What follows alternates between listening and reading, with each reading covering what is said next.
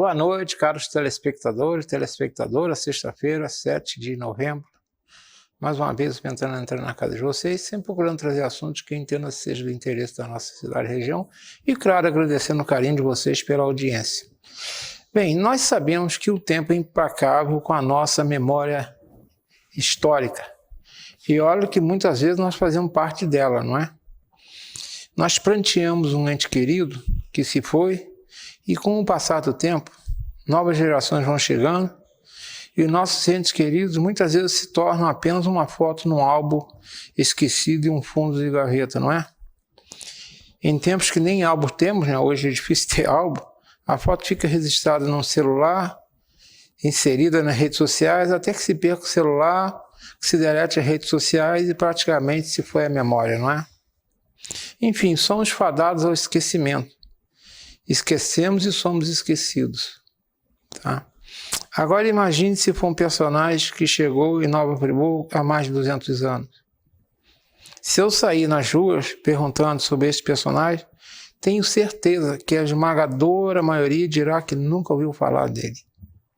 Pois é, quem acompanha o Pensando Nova Friburgo regularmente sabe que costuma ir no sentido oposto, ou seja, gosta de voltar ao passado e revivar memória dos telespectadores, trazendo esses personagens para homenageá-los pelo que fizeram em favor de Nova Friburgo, da nossa cidade, da nossa região. E no programa de hoje vão, para poucos, relembrar, alguns serão, esses poucos vão relembrar sobre esse personagem, mas a grande maioria vai conhecer a trajetória de um homem que marcou profundamente o nascimento de Nova Friburgo, um personagem de fé, cultura e liderança, o padre Jacó Joá. Nascido em Villars-Saint-Pierre, na Suíça, ele atravessou o Atlântico em 1819 a bordo do navio Urânia, acompanhando centenas de colonos suíços em busca de um novo começo nas terras do Brasil. Jacó Joá foi o primeiro vigário da Vila de Nova Friburgo, nomeado por Dom João VI, mas sua atuação foi muito além da igreja. Ele foi vereador, juiz de paz e homem público, participando ativamente da formação administrativa e territorial da nossa vila. Visionário e determinado, ajudou a consolidar o núcleo urbano, a preservar limites do território e integrar imigrantes e brasileiros em uma mesma comunidade. Neste programa, vamos revisitar a vida e o legado deste suíço notável, cuja história se confunde com as origens da nossa cidade. Jacó Joá, o padre, o político e o pioneiro de Nova Friburgo.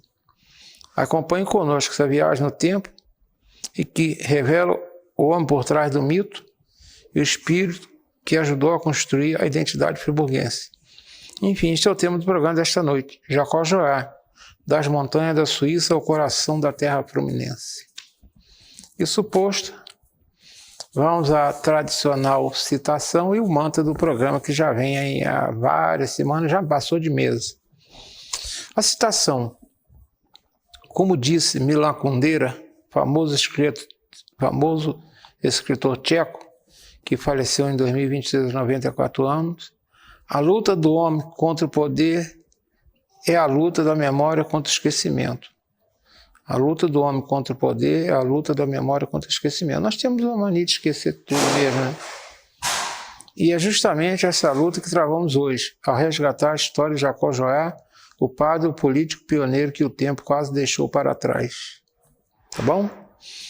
Agora o mantra é pelo segundo mês consecutivo, eu continuarei falando sobre o que eu considero de respeito da água de Nova Friburgo para com o povo friburguense, pois ela vem mantendo interditada a antiga linha do trem de veículos, a antiga linha do trem para veículos no trecho entre o bairro Ipu e a Ponte da Saudade.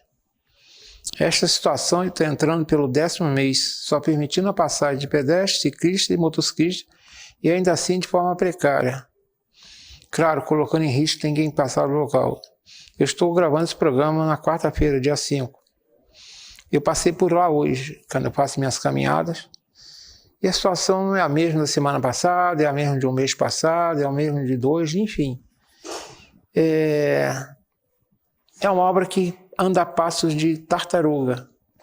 São 2 trabalhadores apenas, tentando fazer um desmonte de um material rochoso, através de uma perfuratriz pneumática, que a gente nota que é uma perfuratriz trimonática de baixa potência, tá? E ainda assim utilizada de forma inadequada, pois ela perfura a seco, quando deveria ser, a perfuração deveria ser úmida, para evitar o que ela está fazendo lá, levantando pó, que é sílica, é um pó perigoso, é um pó que provoca doenças pulmonares e até é um pó cancerígeno. Eu fico olhando lá os dois trabalhadores, todos os dois, eu passei lá, eles estavam trabalhando, um deles estava com a máscara pendurada no pescoço, mas aquilo ali é um absurdo e eu não sei como é que a prefeitura com poder concedente deixa, como é que a Diagonal Friburgo permite que aquela empreiteira trate mal aquelas pessoas, aqueles trabalhadores principalmente, e a população que está ali em volta, que ali a perfuração deveria ser feita, chamada perfuração molhada, com auxílio de água para não levantar essa poeira, e levanta. Enfim, são dois erros, um erro ambiental, que gera prejuízo à saúde, e o outro é uma via que está fechada há 10 meses ao trânsito de veículo, que é a única alternativa caso haja alguma obstrução na RJ-116 entre o Barripu e a Ponte da Saudade. 10 meses, são um trecho de 100 metros. Ali poderiam estar trabalhando com máquinas mais potentes e mais trabalhadores.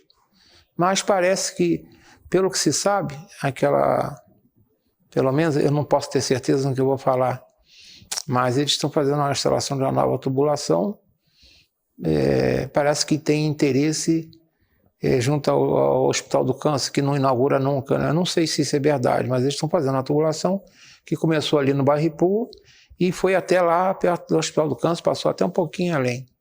Isso é acompanhar. Agora, esses trechos dos 100 metros estão enrolando há 10 meses.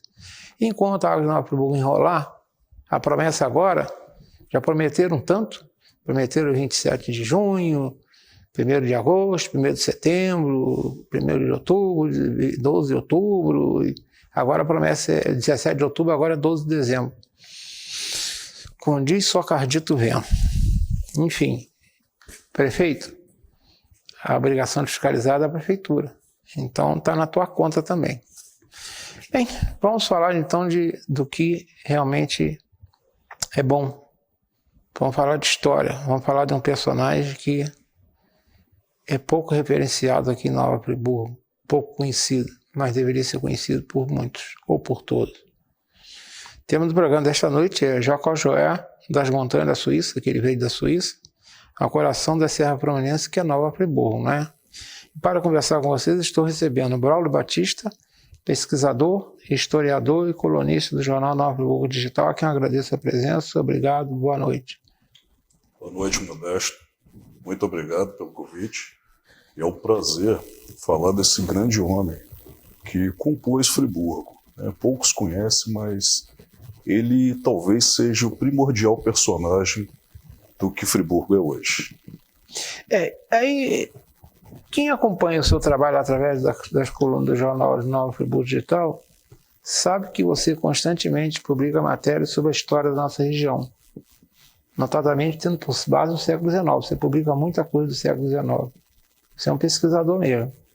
Antes do programa, eu estava até conversando sobre o historiador de Friburgo, né? Alguns têm preferência, preferem publicar matérias mais recentes, mas você vai lá, você sempre fala de alguma coisa do século XIX, da fundação de Friburgo, né? E no qual está inserido Jacó Joá. Ele chegou aqui no início do século XIX. O que me motivou a convidá-lo é para falar sobre esse importante nome da nossa historiografia. Foi uma coluna que você fez falando dele na importância da manutenção da extensão do município. Você acreditou ele como um dos principais responsáveis, se não mais responsável, por Friburgo ter essa área de hoje, de cerca de 1.000 km², né?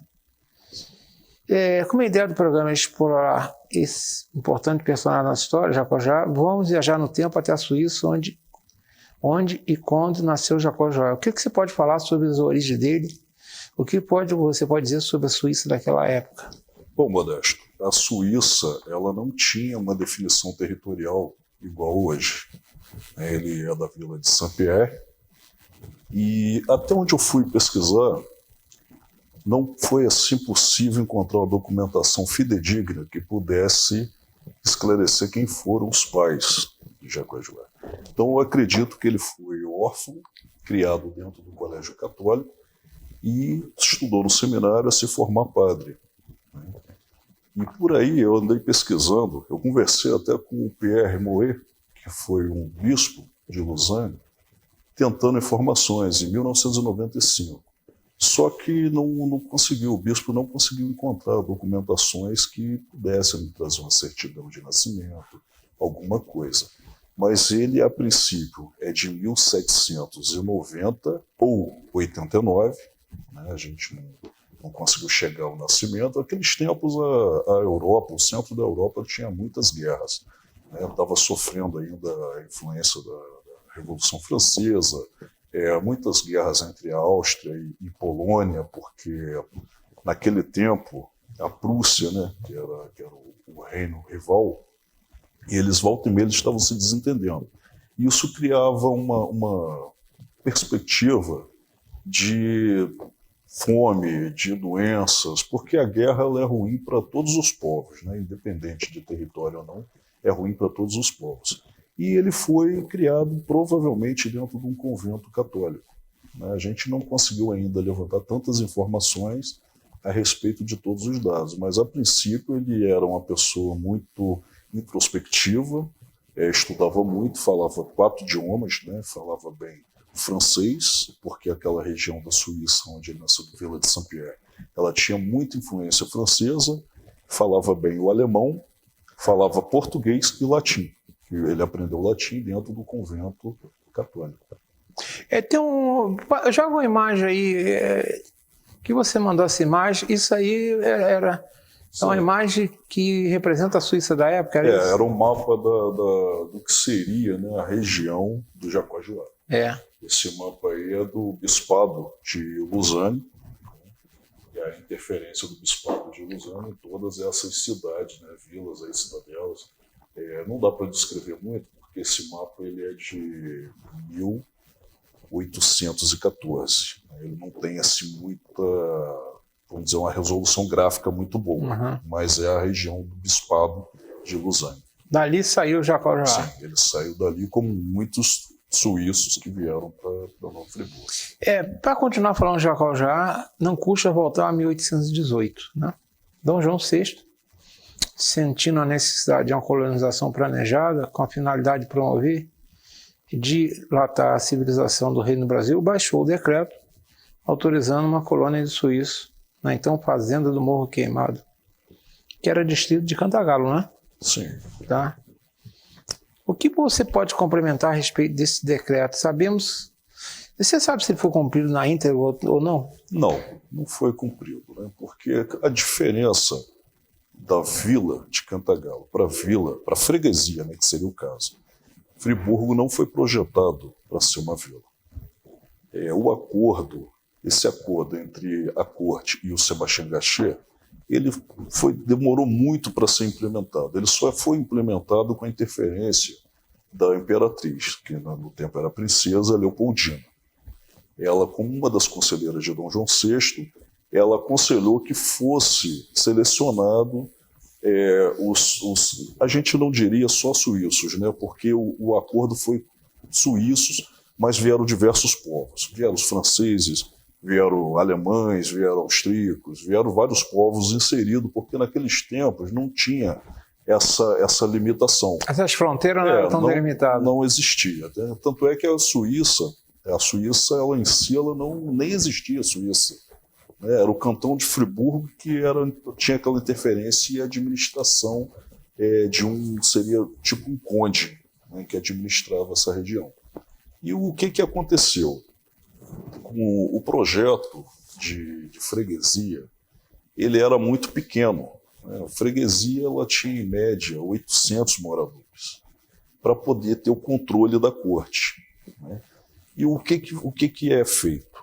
É feito um acordo para 100 famílias, para que viesse 100 famílias. O acordo inicial eram 100 famílias. Sim, 100 famílias. Se estimavam as 800 por família com 7, 8 pessoas. Mas quando chegaram 1.610. Isso é porque ficaram pelo caminho quase... Sim, ficaram pelo caminho, né? E fora os acompanhantes, né? Porque quando chegou aos portos do Rio de Janeiro, teve muitos oportunistas portugueses que estavam ali, que não tinham diria assim, uma função, uma atividade. Eles vieram para cá para cumprimentar, aproveitaram a carona.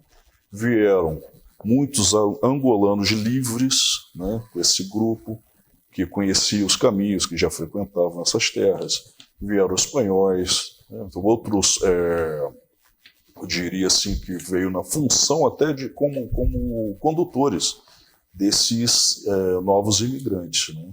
Tem uma foto aí, joga por favor. Essa foto aí, eu acho que você lembra. Sim, a publicação da Carta Régia, né, autorizando a gente ver ali vários despachos reais, né, do desembarque. O Monsenhor Miranda ele já fazia parte ele já era um ministro de Dom João VI. E ele foi o que negociou a fazenda aqui? A fazenda era muito complexa, porque essa fazenda do Morro Queimado, quando fala fazenda, as pessoas pensam naquele pedacinho de terra. Mas essa fazenda... Era um mundão, né? Essa aí, vamos dizer, do limite, quem conhece ali a RJ 122, entre Guapimirim e Cachoeira de Macacu. Sim, sim. Do outro lado era Magé e para cá era Friburgo. Por isso que chamam aquela RJ ali de Rio Friburgo, que ela nem chega a Friburgo. Ela começa no trecho ali da BR-116 e encerra na RJ-116, perto onde é a Esquincariol. Isso aí. Né? Aí as pessoas falam, mas por que isso aqui é Rio Friburgo, se Friburgo está lá quase, quase 40 quilômetros de mais diferença? De 40, é verdade. Sim, porque ali aquele território fazia parte de Friburgo. Ali antigamente era chamado, naquele cruzamento ali chamava-se 70. Sim, 70 é no cruzamento entre a Rio Friburgo e a RJ 116. Eu conheço bem que a gente ia andar muito para ali, meu pai comprava de japoneses, que ali tinha no Japuí uma colônia de japonês e tinha no Funchal outra colônia de japonês. Funchal é um lugarzinho aí, que hoje eu nem sei se existe mais. Existe o Funchal, o Guapeuçu, então por isso, essa bem disse aí da participação do Jacojuá nas terras, ele veio para cá. Mas a gente vai chegar lá, mas o decreto, então, você diria que o decreto... Você falou algo importante aí, eu tive a oportunidade de fazer eu fiz e um outro irmão leu, na nossa ordem, um trabalho sobre a importância da nossa esposa, da Leopoldina, Maria Leopoldina. Sim. Que nesse trabalho eu tive a ousadia de dizer, com fato histórico, que ela foi mais importante praticamente para a independência do Brasil do que o próprio Dom Pedro I, porque ela foi a grande arquiteta da história. Você agora está complementando, dizendo que ela também foi responsável por fazer com que funcionasse esse bendito acordo com o Gachet. Sim, porque aqui bem faltava mão de obra especializada para os produtos característicos europeus. E ela foi criada na família, os Habsburgo era uma família importante da Europa, sim. E ela era uma pessoa que tinha educação muito fina e gostava certamente de boas coisas, né? Exato. Olha que incrível, né? O Habsburgo, eles surgiram na região do Jacojuá, na região de Friburgo. Esse nome Friburgo está muito ligado aos Habsburgo, que o castelo dos Habsburgo surgiu ali, através do rei Rudolf.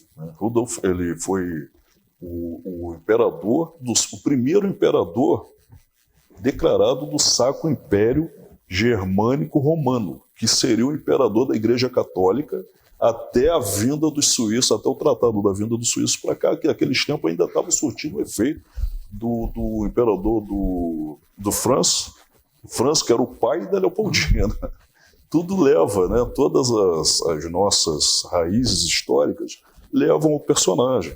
Né? O Jacojuá, ele teve fundamental participação nesse segmento da Constante para Friburgo se tornar cidade. Agora vamos falar, o tempo está passando, ela tem 19 minutos. Para falar de Jacojuá, não podemos deixar de citar da partida da primeira leva dos colonos suíços em 4 de julho de 1819, que é o que está lá no livro A Genese do Nova Friburgo, do nosso Martin Nicolau, que teve por Friburgo esses dias aí. Sim, grande pessoa, eu já ouvi muito, já conversei muito com o Martin. E Savaier Lelac, que acho que é o nome, não sei se a pronúncia é correta. Sim, o Je ne parle pas français. Rumo ao Brasil, E os percalços dessa viagem foram muitos percalços, né? O que você pode falar sobre essa verdadeira odisseia, que foi essa travessia? Eu não sei se foi 8 ou 9 navios, mas o principal deles era o Urânia, né? E o Urânia é onde estava o Jacó-Joá, né? Sim, o Urânia, ele quando dentro do projeto, ele tinha vários personagens que foram selecionados, diferenciados. O que são diferenciados? Eram ferreiros. O Urânia a gente vai falar depois, mas vamos falar dessa viagem toda. Sim, a viagem foi muito... É uma viagem horrível, né? Porque o Joá, quando ele saiu de Saint-Pierre para essa jornada, eles nunca imaginariam que fosse tanto desconforto esse trajeto. Ele já sai nas embarcações. Naqueles tempos, os melhores navios não existiam por conta das guerras. Napoleão ele destruiu uma parte das frotas, né? Porque é dentro do contexto. No final das guerras napoleônicas, a fuga da corte para o Brasil, de Dom João VI. Então, a única marinha que tinha navios em condições de viagem era a marinha da Inglaterra, a marinha inglesa, né? As demais estavam praticamente trucidadas, incluindo a francesa. O que acontecia? Eram navios, era um transporte de pior qualidade. E eles saíram em embarcações de péssimas qualidades, de Neuchâtel. E quando chegaram a Amsterdã, eles não conseguiram embarcar.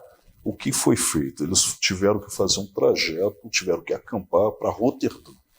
O porto de Amsterdã estava totalmente... não estava em condições nem de atracar navios. Eles tiveram que fazer um trajeto a Roterdã. Eles ficaram aguardando, como se fosse um fretamento de navio que a corte portuguesa ficou de fornecer, e forneceram os piores navios, né, que eram de transporte, incluindo até o transporte negreiro, né, os navios. Era similar, eram as mesmas embarcações que traziam os negros da África, foi o mesmo utilizado. Ou seja, sem preocupação nenhuma. Sem nenhum. Eles ficaram lá com a água horrível? Sim. Só em terra já faleceram vários, né, de cólera, de diversas doenças, por falta d'água. Isso. E eu sei que eles chegaram, né? Isso aqui. Foi uma odisseia, né? Foi uma odisseia tremenda. Sim. E aí que entra o Urânia e o Jacó-Joá, né? O segundo nosso historiador, Martin, ele partiu da Holanda, né, esse navio Urânia, em 12 de setembro, e chegou em 30 de novembro de 1819 aqui no Rio de Janeiro, né? Foram mais de 2 meses de viagem. E nessa viagem foi o navio que mais mortos ocorreram a bordo. Sim. Segundo o Martin, foram 107 mortos. Sim. E o Jacó-Joá veio nesse navio, né? O que você destacaria? O que você sabe mais disso? Porque, pelo jeito, o Urânia deve ser a nau principal dessa coisa. O Urânia era o maior navio, mas não diria assim... O número de mortos, né, do Urânia foi assim, extremamente alto devido ao período, às doenças que eles adquiriram em terra. Isso realmente causou um número assim, muito alto de mortes. O Jacó-Joá, ele tinha um diário e ele relatava esses ritos fúnebres, ele anotava. Porque ele era tinha um outro padre, que eu não sei se estava no navio, né? Abdi. Abdi, que faleceu em Cachoeira, né? Certo. Mas ele estava junto com o Jacó? Estava no Urânia também. E eles vieram, o Abdi ele veio praticamente da mesma região, né? Mas eu ainda não consegui apurar também se ele era de Saint-Pierre, mas era da mesma região. O que aconteceu? O líder religioso, ele tinha a fé, era ele que dava a extremoção, ele que fazia os sepultamentos. Naquele tempo existiam as leis do império, do reino, né, no caso, que era totalmente, o país não era um país laico, o país era um país confessional católico, né? Ele não tinha, tanto é que na embarcação, para poder embarcar no navio, teriam que se declarar católicos. Pelo que eu sei, o Brasil só passou a ser laico com a República, né? Exato. exato. Até lá, o católico era a religião oficial do país, era a religião do Estado. Era o Estado era praticamente católico. Era o Estado e a igreja. Né? O padre ele tinha um poder muito... Tanto é o que vai acontecer. O padre ele tinha o poder de várias decisões, ele era praticamente um governo regional. Era o poder, a representação do poder. Quer dizer, o Jacó ele 107 mortos, provavelmente ele deve ter feito sepultamento, que na época era simplesmente despejado no oceano. Sim, exato. Era lançado ao mar, né? Lançado ao mar, talvez envolto numa mortalha, né? Sim, ou até em caixas, né?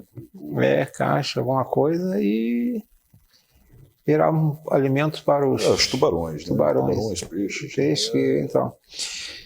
Bem, os últimos suíços chegaram aqui, pelo que a gente sabe, no início de 1820, né? Nos primeiros dias de 1820. E a nossa vila, decreto real, né? Ela foi elevada em 3 de janeiro.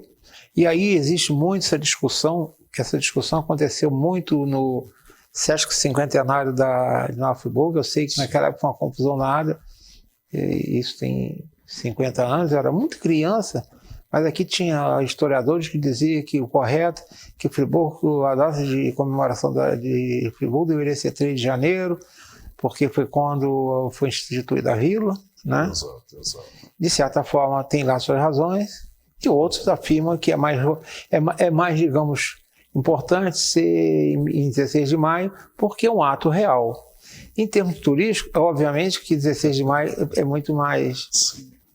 Mas aí, o que foi esse real significado da transformação de Nova Friburgo em vila, que ela só foi instalada em 17 de abril, né? O que aconteceu? Como a administração portuguesa, ela carecia de pessoas, né, que tivessem o intelecto suficiente para poder coordenar a cobrança de impostos, né, o cumprimento das leis. Isso aconteceu um excessivo... A população, ela simplesmente duplicou. A população de Cantagalo, naqueles tempos, se eu não me engano, pelos censos, eram 4 mil. E Cantagalo era aqui. Quando a gente fala Vila de Cantagalo, a gente apaga tudo que se tem hoje e diz o seguinte: aonde está Nova Friburgo? Ali era a Vila de Cantagalo, com 6 anos de existência. Que ela foi instituída em 1814. Ela ia fazer em 826 anos de existência. Né? Se eu não me engano, 9 de março de 814, que foi instituída a Vila de Cantagalo, que já existia devendo obediência à Vila de Santo Antônio de Sá. Já existia o povoado. Um povoado simples ali, mas de fazendeiros.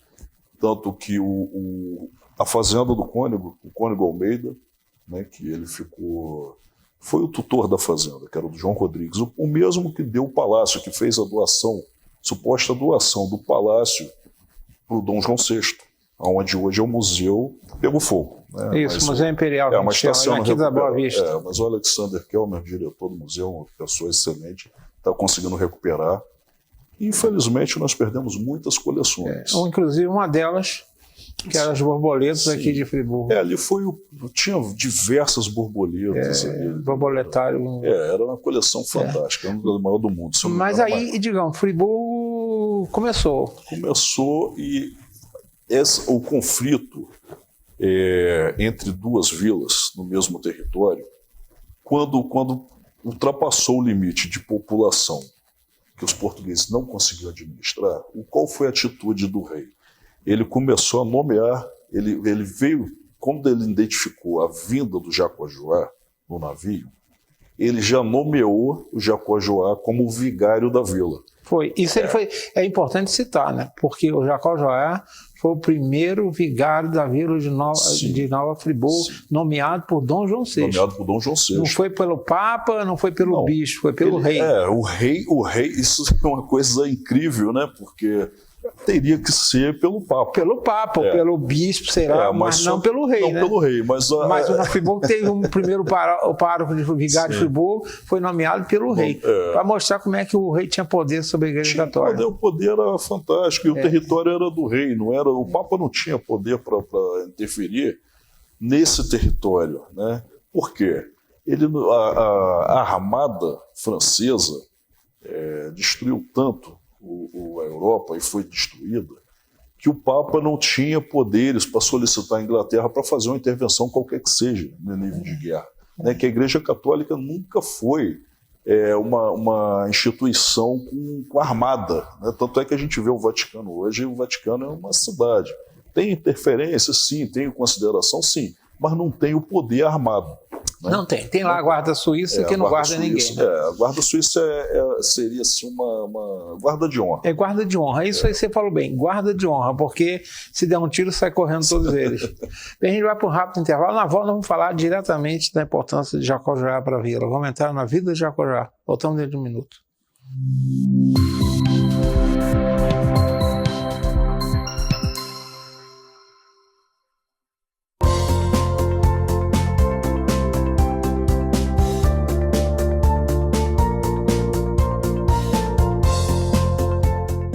Esse recado é para você assinante Speed Fiber. Nosso sistema agora conta com canais em HD. Isso mesmo, canais com alta definição e sem pagar nada mais por isso. Para ter acesso aos canais, é só reprogramar a sua TV com a busca de canais AR ou digital. No menu da sua TV, clique em transmissão com o sistema de AR ou ambos para ter acesso aos canais digitais. Importante, em alguns aparelhos pode ser necessário trocar o cabo da entrada de TV a cabo para a entrada de antena. Somente se o modelo da sua TV não tiver acesso aos canais digitais, pode ser necessária a compra de um conversor. Mas se você não conseguiu atualizar o sistema, não se preocupe. Em caso de dúvidas, é só entrar em contato com o nosso WhatsApp 21 20 42 11 41. Speed Fiber, TV com qualidade HD e internet de alta velocidade.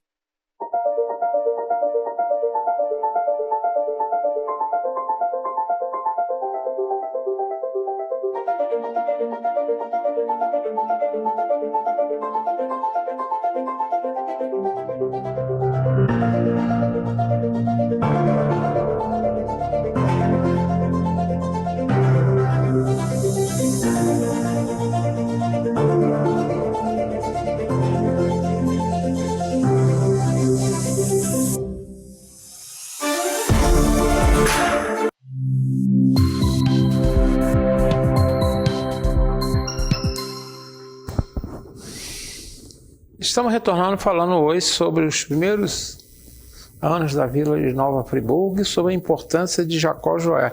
Agora sim, vamos falar qual foi a importância de Jacó-Joá nos primeiros momentos da criação da vila de Nova Friburgo. Você começou a falar, mas eu te cortei de certa forma. Sim, ele foi responsável por praticamente todos os registros, né?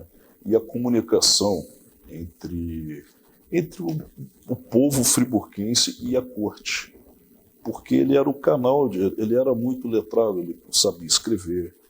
E a Câmara, quando é instituída a primeira Câmara em 17 de abril de 1820, era uma Câmara que não tinha interferência, eles não conseguiam administrar praticamente nada. Por conta, a Câmara de Cantagalo era muito mais forte e já estava muito mais assim instituída, institucionalizada. Né? Então toda a decisão que era tomada da Câmara de Friburgo, quando Friburgo se torna vila, ela forma as estruturas. O pároco ele conseguiu aprimorar o ponto de reunir os vereadores. Os vereadores eram uma votação assim, muito sugestiva, porque não existia aquela eleição em si. Era uma coisa que o cara apresentava, eu quero ser vereador, às vezes até obrigado. Né? Eu tenho aqui o registro, né, que o pessoal fala muito, vê muito bairro Stuqui, né? O Friedrich Stock, que dá o nome ao bairro, ele foi um dos vereadores, um dos primeiros vereadores de Friburgo. Ele foi praticamente catado. Você tem que ser e acabou. Ele foi catado e ele não conseguia. Né? O Midelino,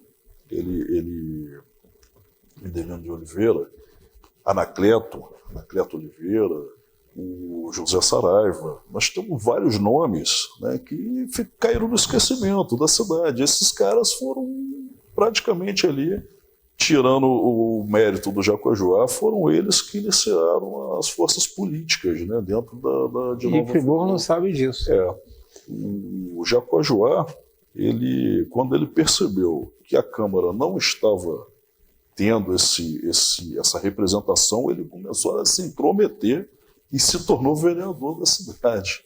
Mas ele nunca conseguiu ser o mais votado. Né? Por incrível, né? O Papa, o padre, não conseguia ser o presidente, apesar de ser o líder espiritual da vila, ele não conseguia ser o mais votado para assumir uma função assim, de destaque dentro da Câmara. Mas no final ele teve um destaque pela personalidade dele. Sim. Tá.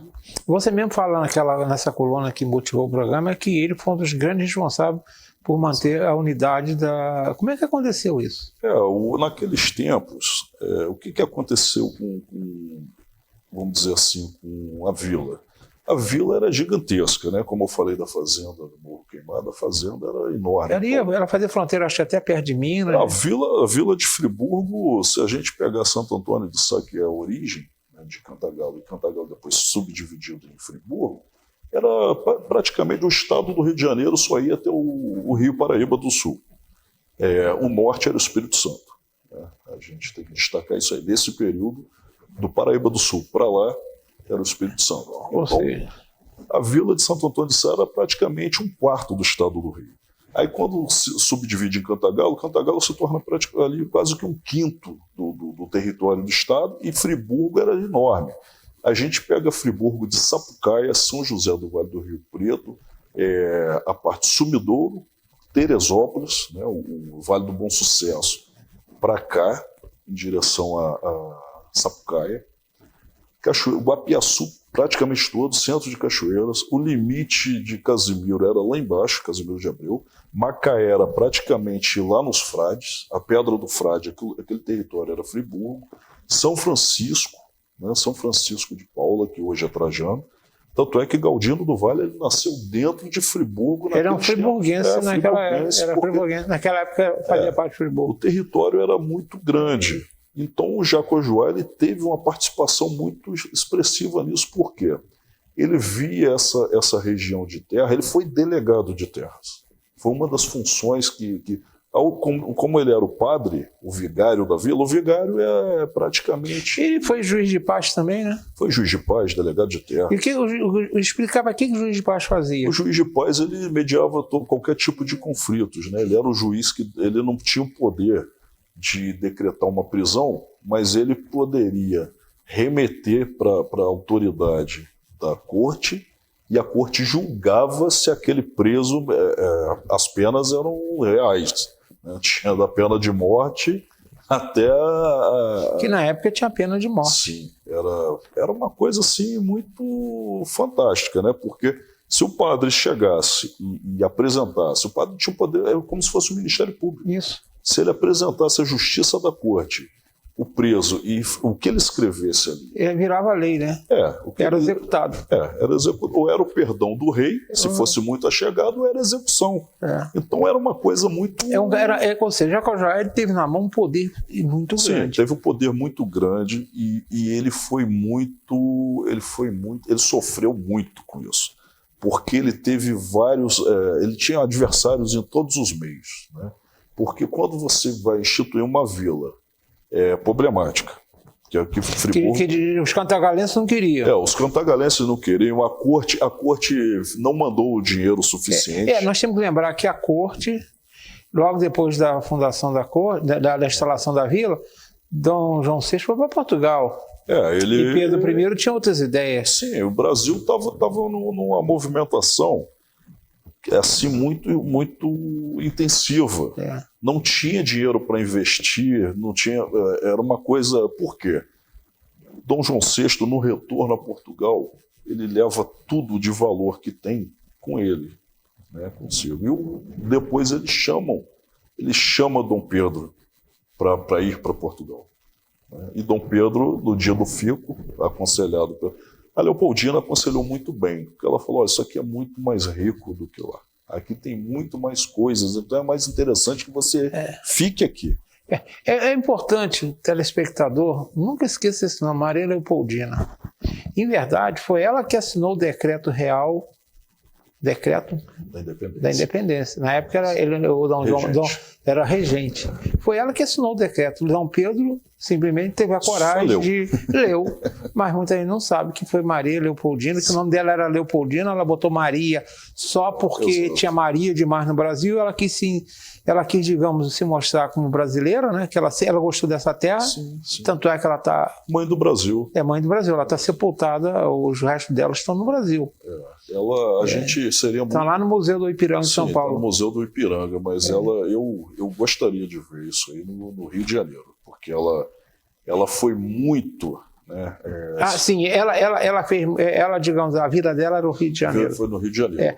Mas aí quer dizer, o Jacó Joá, esse personagem que a grande maioria, eu estou falando Jacó Joá, eu não sei se a pronúncia correta é ela. Isso. Eu pergunto a vocês que estão na telinha, quantos já ouviram falar desse nome?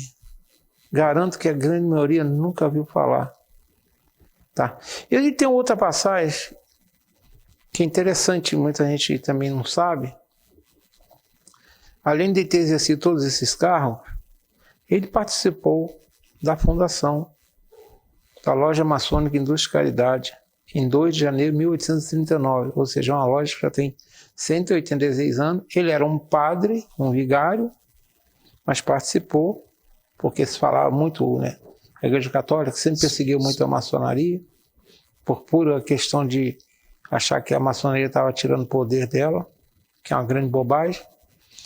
E ele entrou exercendo o cargo de tesoureiro, né? O que você acrescentaria a respeito dessa participação dele na maçonaria? Ele teve...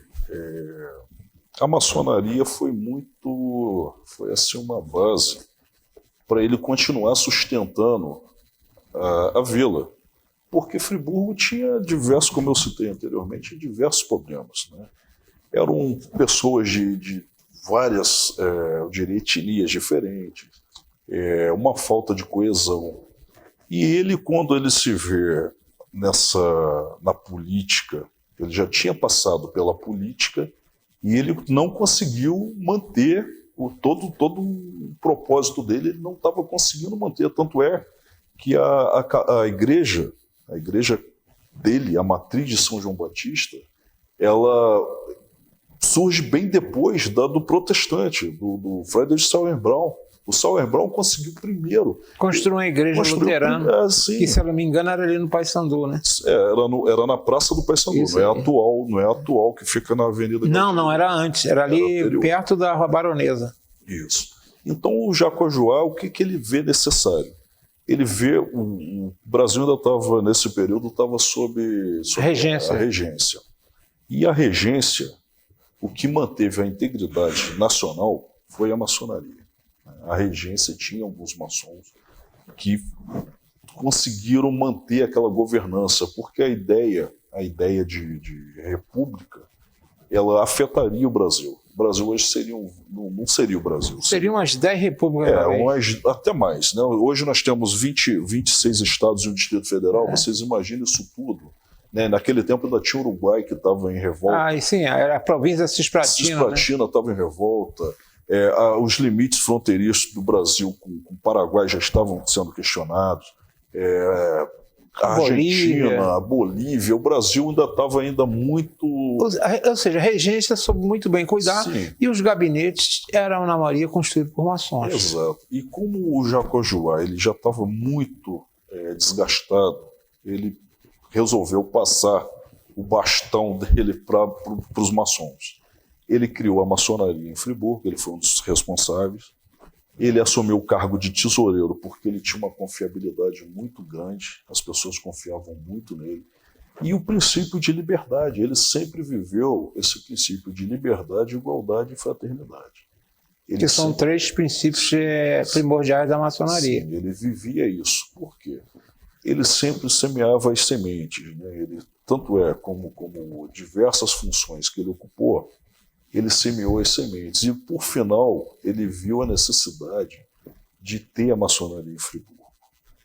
E isso ele conseguiu fazer, mesmo com tantos desafios, tantas controvérsias e tantos adversários. Ele conseguiu com isso algo que o Friburgo tinha perdido quando Dom João VI foi embora, que era uma forma de chegar ao gabinete imperial e conversar.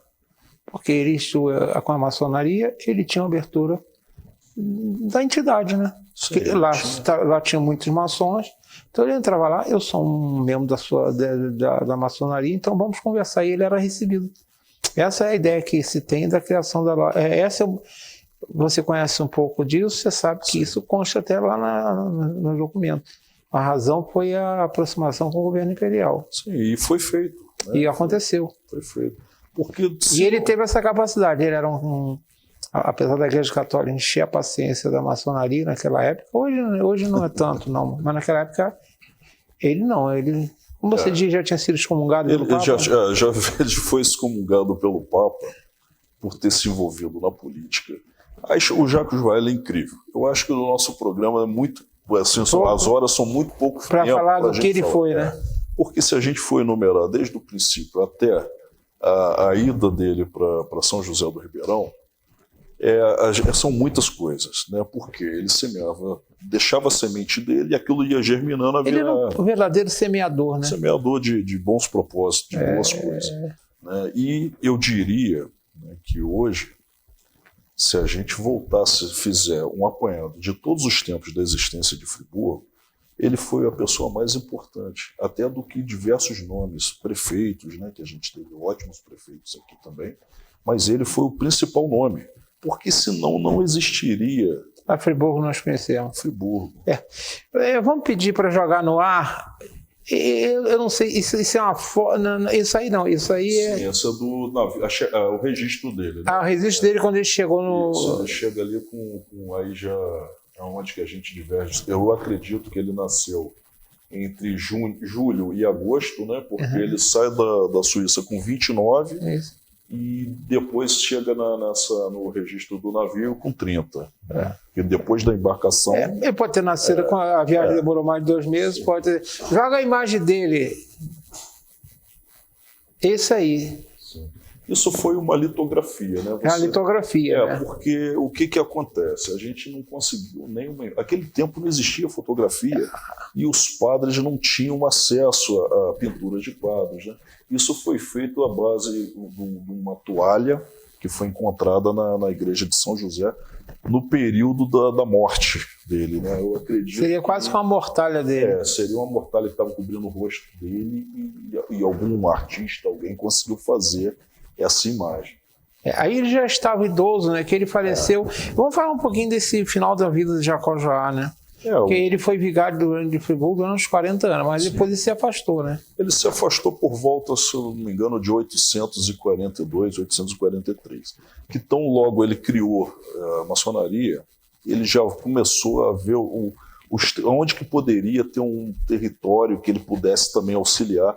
E naquele tempo São José do Ribeirão era uma freguesia, ainda não era nomeada freguesia, mas era um território de Friburgo, muito importante, porque ali começou a desenvolver o café. A cultura do café. Eu diria assim, a exportação, né? O café para exportação.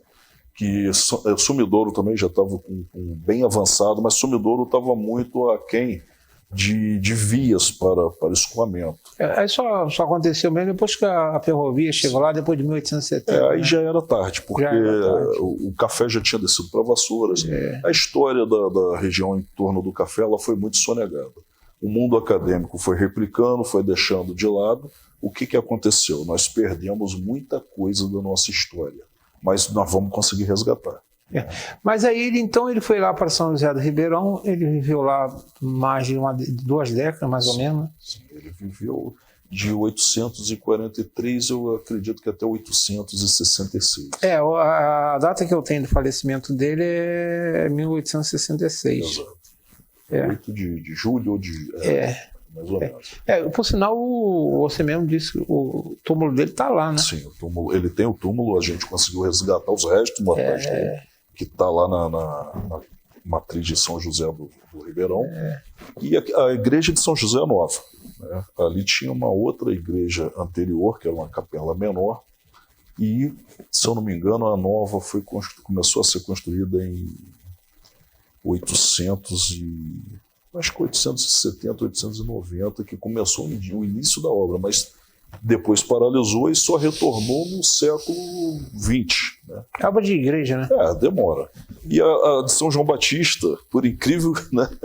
Ele só conseguiu, ele não Foi viu... o grande sonho dele, que a gente tem que lembrar que as missas, desde o início dele, era lá no Chateau do Rei, né? Sim, lá que é no onde hoje é o Anchieta, exato, né? Exato. E ele ficava muito injuriado que ele queria construir a igreja e ele não viu essa igreja ser inaugurada. Ele teve a Catedral de São João Batista hoje. Ele teve diversos desafios. Por ele ter a posição dele, a forma dele agir, ele desagradava alguns, vamos dizer assim, alguns barões, né? Ele teve muito conflito com o barão, porque ele mandou instalar, ele liberou o espaço para o cemitério luterano dentro das terras do cônego. E essas terras, posteriormente, passou para a mão do barão. Barão de Nova Friburgo. Barão de Nova Friburgo. Ele teve como adversário, sempre na diplomacia. Né? Tanto é que ele conseguiu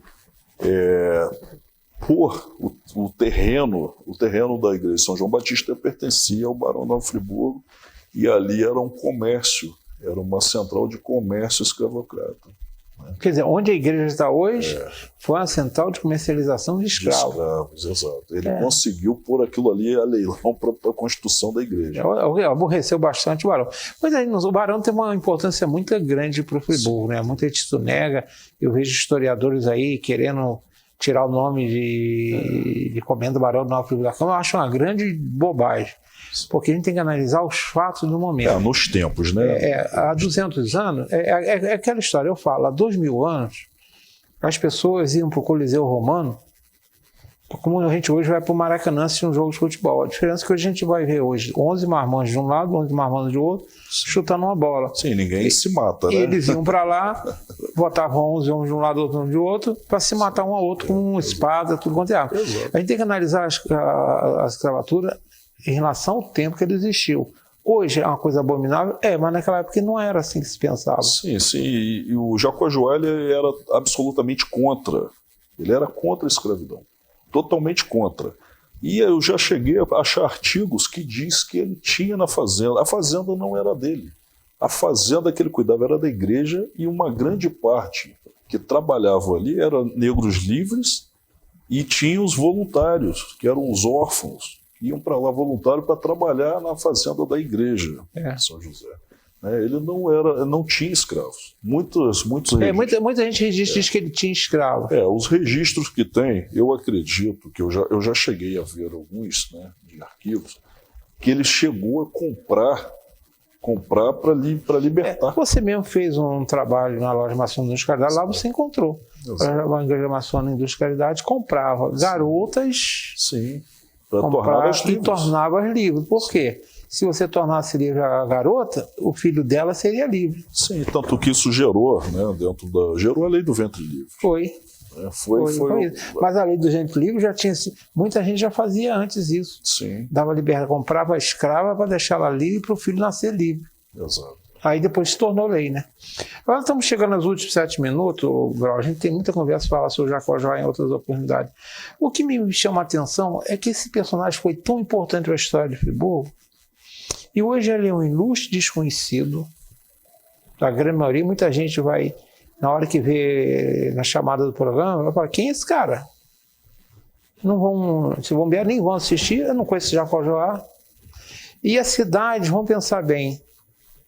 Pelo que eu ouço, pelo que eu sei, parece que tem uma ruazinha chamada Jacó Joel no bairro Suíço. Eu acho aquilo ali um absurdo, porque a rua não tem, acho que não tem 100 metros. Não tem 100, é uma ruelazinha. Eu estou falando que aí, me perdoe, nossos legisladores ao longo dos tempos, mas a memória é curta, até na Câmara Municipal, né? Hoje, se perguntar dos 21 vereadores quem é Jacó Joel, talvez a maior parte não tenha a mínima ideia quem foi. Não tem a mínima ideia. Não sabe quem foi. E se preocupa, às vezes, dar nome, né? Apesar que eu já vi tanta bobagem, me perdoe, mas eu já vi vereador querendo dar nome de Heraldo Bento de Melo à usina de asfalto.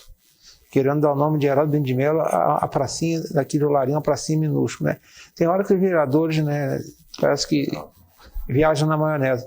Mas o que você acha dessa falta de conhecimento histórico e a falta, digamos, de reconhecimento histórico a Jacojoá? Eu acho que isso daí é um absurdo, porque a gente tem que começar a entender o funcionamento de Nova Friburgo desde o princípio, né? A história de Friburgo ela é muito grande e a gente não nega tudo, nega a existência dos indígenas, a gente não vê um espaço indígena, e Friburgo tinha indígena. E o Jacojoá ele conviveu com indígenas, ele conviveu com negros, ele era um padre católico, ele conviveu com espíritas, com protestantes, com toda espécie de que a gente vê no dia a dia de hoje. Até porque para ser maçom ele tinha que conviver com todos. Convivia. E ele adquiriu muitos dessas brigas, né, com a igreja, com a própria igreja. A igreja queria ser dominante, né? Por conta disso, exato. Até hoje já mudou muito, né? Porque a igreja perdeu perdeu o poder de Estado. O poder de Estado que ela tem é o Vaticano e acabou. Mas isso seria... A maior parte, pelo menos as democracias, são laicas, né? Mas pela importância de Jacojoá, eu diria assim, em termos de Friburgo, eu mudaria o nome da Praça Getúlio Vargas. Um exemplo em termos de Friburgo, pela responsabilidade que ele teve. Ele foi muito mais importante para Friburgo do que Getúlio Vargas. Getúlio Vargas já sugeria até que aquela praça se chamasse até Heródoto Bento de Melo, porque Getúlio Vargas ele não representou nada para Friburgo. Ele só pisou uma vez naquela... Uma vez, e foi um presidente que foi eleito em 50, mas no período de 30 a 45 foi um ditador. Foi ditador, ele não representou... Hoje eu vejo tanta gente falando em ditadura aí... Friburgo, nesse período do Getúlio, Friburgo sofreu muito, né? Isso as pessoas não sabem. Mas Friburgo sofreu muita discriminação, muito preconceito. Tanto hoje a gente vê poucos alemães, as pessoas não falam alemão, foi proibido se conversar em alemão. Até o cumprimento em alemão. E italiano também. Italiano também, mas o italiano foi menos, porque o italiano no centro ali, o comércio, não tinha como eles tomarem essa Isso aí. Agora, dentro das indústrias foi proibido a comunicação, até o alemão se cumprimentar aqui. A Sociedade Esportiva Friburguense eu conheço muito bem, que eu já fui presidente de lá, desse clube centenário. Lá eles teve que, em 1942, teve que mudar de nome. Sim. Era um outro nome, foi imposto. Ali era a Sociedade Atlética. Então, ou vocês mudam o nome ou nós vamos fechar. Como eles fizeram com a Casa de Itália, que teve fechada há um tempo lá. Mas o Jacojoá ele merecia um destaque muito maior, né? O pessoal nomeou plenário Jean Bazet. O Jean Bazet ele era um médico francês, ele chegou junto, tanto é que eu falo que não são todos suíços. Vieram muitos miscigenados ali no meio, de outros povos nesse meio. Então, mas eles homenageiam Jean Bazet, que teve a sua importância, mas não foi Jacojoá. Sim, exato. O Jacojoá ele tem que ser estudado. Isso merece um destaque. Merece uma atenção. E voltar ali no passado, principalmente entre 820 e 840, e ver o que mantém, o que é Friburgo hoje, o que foi Friburgo. Se não fosse o Jacojoá, aconteceria com Friburgo o mesmo que aconteceu com as demais vilas ao redor. Hoje a gente não existe mais Santo Antônio de Sá, não existe mais São João del Rei, que era uma vila ótima. Friburgo teria sido extinto e Cantagalo voltaria para a posição normal, né, que era aqui, e talvez a população seria menos ainda. Enfim, nós devemos a Jacojoá nós temos uma dívida eterna com Jacojoá, que eu espero que um dia ela seja, digamos, paga. Preparada. Você viu que o nosso deu 59 lá, né? Senão a gente tem que ir embora. Luana, obrigado, tá? Braulio, a gente tem que voltar mais a falar sobre o Jacojoá. 1 hora foi pouco. 50 minutos, em verdade, 52 minutos. 50 minutos, nós tivemos um intervalo de 2 minutos. Foi pouco. A gente tem que... Você que escreve tão bem, continue insistindo no Jacojoá na sua coluna no Jornal Nacional Digital, que eu vou, de vez em quando, eu vou falar aqui nele. E vamos ver se outros historiadores falam, porque tem outras pessoas que têm que falar. Nós somos bons historiadores em Friburgo. Vamos falar em Jacojoá. Sim, Modesto. Eu acredito que a gente está avançando bem, né? E eu gostaria muito de agradecer essa oportunidade de lembrar a memória de Jacojoá. Bem, chegamos no minuto, e meu tempo está indo embora. Agradeço ao Braulio pelo trabalho, ele é um historiador, um pesquisador, que ele continue pesquisando e levantando a bandeira de Jacó-Joá, tá? Agradeço a vocês que estão do outro lado da telinha, espero que todos, quando viram Jacó-Joá, quem desligou, que alguém alerte, olha, vale a pena assistir o programa, é história, é Friburgo. E infelizmente as nossas escolas falam muito pouco da nossa história, da história de Friburgo, e eu incluo nisso os meios de comunicação também, que falam muito pouco. Principalmente esses jovens jornalistas não conhecem nada da história de Friburgo de modo geral. As nossas faculdades estão errando nisso. Aqui tem tem faculdade de comunicação, onde a gente falar mais sobre a história de Friburgo. Fique com Deus, um beijo no coração de todos.